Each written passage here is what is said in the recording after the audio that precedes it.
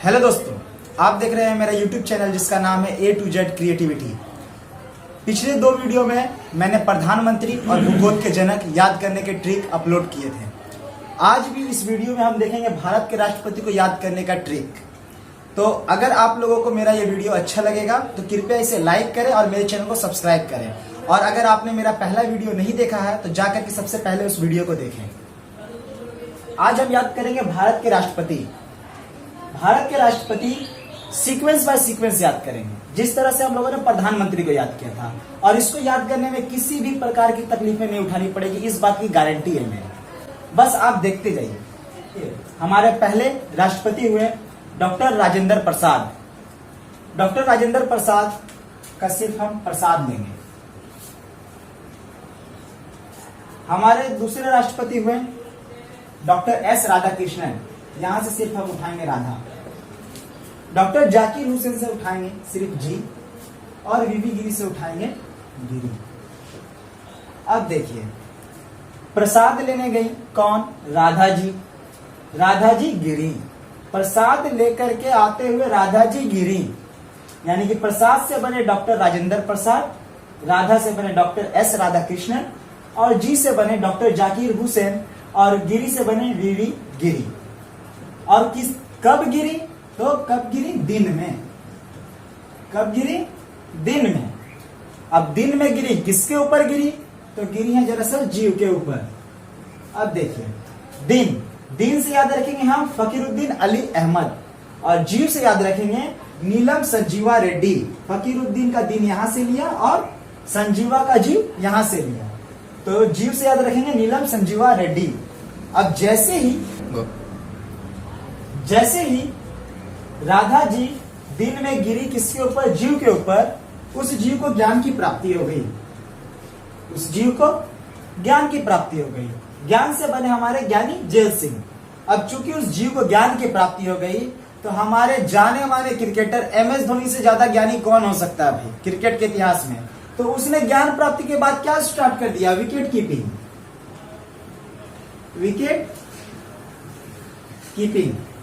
Wicket keeping से बने R Venkat Raman, और विकेट कीपिंग स्टार्ट कर दिया तो उनको क्या आने लगा? शर्म आने लगा।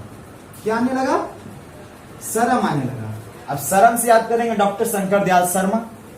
अब शर्म आने लगा तो आप जानते हैं शर्म आने के बाद आपका बोलता है नारायण नारायण। बस रखिए नारायण। और हमारे 10वें राष्ट्रपति हुए KR नारायण।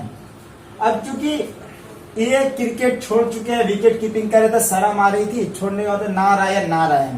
तो अब इन्होंने फ्रस्ट्रेशन में आकर के अब कलम उठाई। क्या उठाई? कलम। और कलम लेकर के चल दिया पटल काटने। बताइए, कलम उठाई और कलम उठा के चले पटल काटने। अब कलम से पटल कटेगा भाई? आप ही बताइए। अब कलम से पटल कटेगा नहीं तो ऐसा कौन काम कर सकता? मूर्ख व्यक्ति ऐसा काम कर सकता है।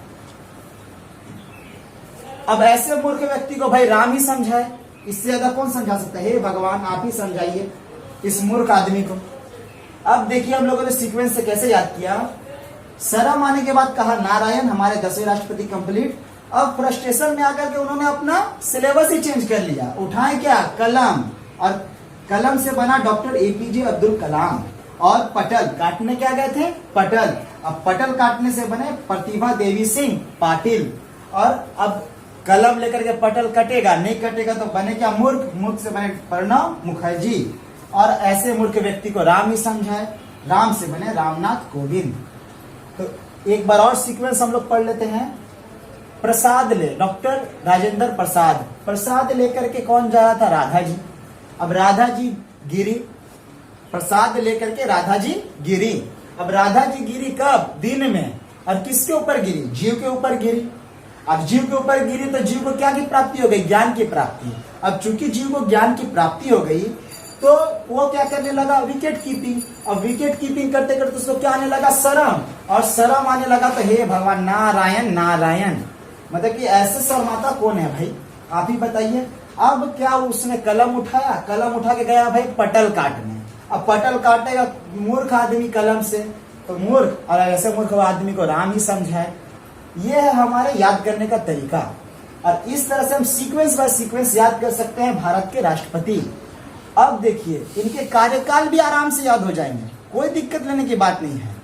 इनके कार्यकाल को याद करने का तरीका है, सिर्फ कुछ व्यक्तियों के कार्यकाल को याद करना है। आपको पता है कि राष्ट्रपति का कार्यकाल कितने वर्षों का होता है? 5 वर्षों का।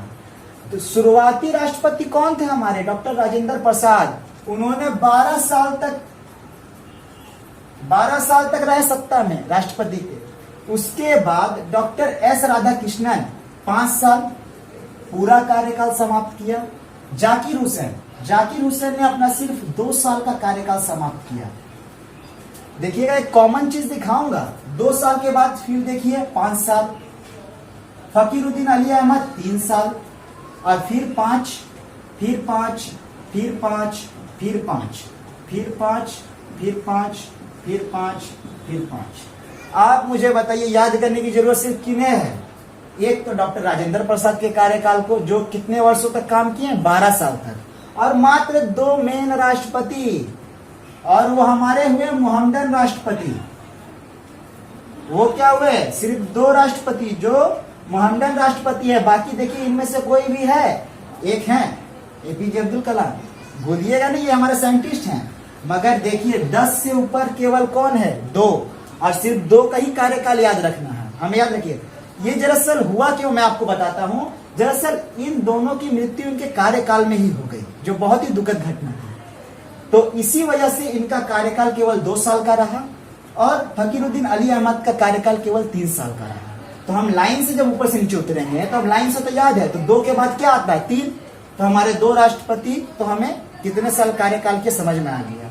अब बस उसी तरह पुट करते जाएंगे। 1950 से कार्यकाल स्टार्ट करिए। 1950 से 12 साल 62, 62 से 67 5 साल, 67 से 69 2 साल, क्योंकि ये डॉक्टर जाकिर हुसैन जी थे। उसके बाद 69 से लेके 74, 74 से लेके 77, क्योंकि ये फकीरुद्दीन अली अहमद साहब थे।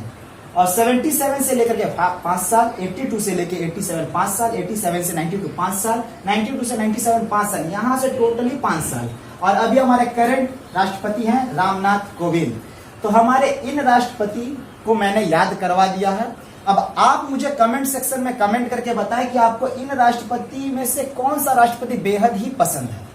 और इसके साथ ही दोस्तों मैं आपको सजेस्ट करता हूं कि हमारे देश के जाने माने सोनम वांगचुक, उन्होंने अपना हाल ही में एक वीडियो जारी किया है, जिसमें उन्होंने बतलाया है कि चाइना किस तरह से बॉर्डर पर गलत तरीके का यूज कर रहा है।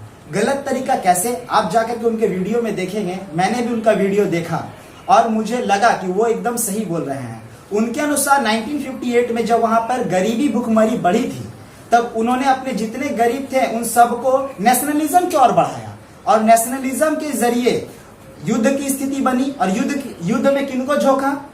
वही सब गरीब परिवार को युद्ध में झोंक दिया।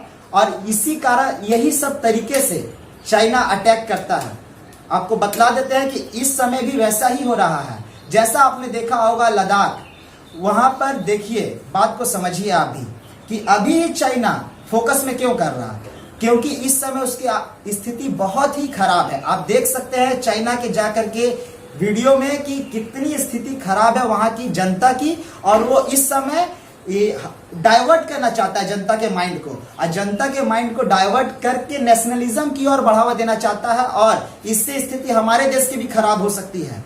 आप देखिएगा किस तरह से ये काम करता है चाइना, बहुत ही गंदा काम है। और इसीलिए बोल रहा हूं, प्लीज बायकॉट द चाइनीज।